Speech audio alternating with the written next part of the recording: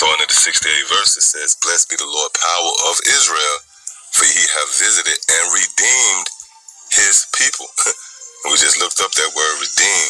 It pretty much translates to ransom, which is nothing more than a releasing of a prisoner. And in this case, the captives, which would consist of you so-called Negroes, Latinos, and Native Americans, starting with the Lord's elect. See? It says, "And have raised up a horn of salvation for us." And that word us captures the very essence of this separation betwixt the nations. Salvation is only extended to a certain people. Let's read this again.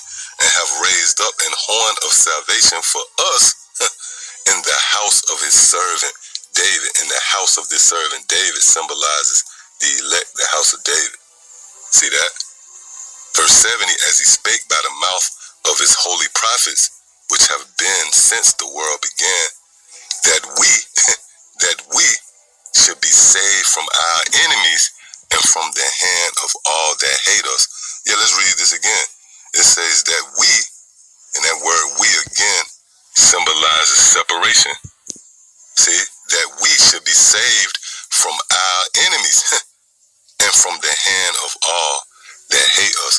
And it's well documented the adversity Israel was forced to endure throughout these various captivities, and most notable, this current captivity in which we're forced to serve under the foot of our oppressors, our enemy, our arch enemy and nemesis, the so-called white man, and the wounds that we bear witness to that oppression and pretty much testifies against this devil and that continual stroke of oppression in which he has afflicted us, even to this very day.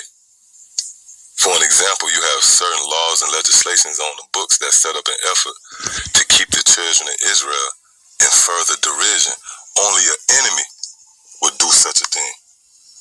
See? Again, it says that we should be saved from our enemies and from the hand of all that hate us, to perform the mercy promised to our fathers and to remember his holy covenant, the oath which he sware to our father Abraham. Let's read this again. The oath which he sware to our, which again represents separation, father Abraham, again canceling out the other nations.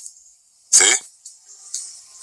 Verse 74, and it's the point, that he would grant unto us that we, being delivered out of the hands of our enemies, that we being delivered or ransomed out of the hands of our enemies, might serve him without fear.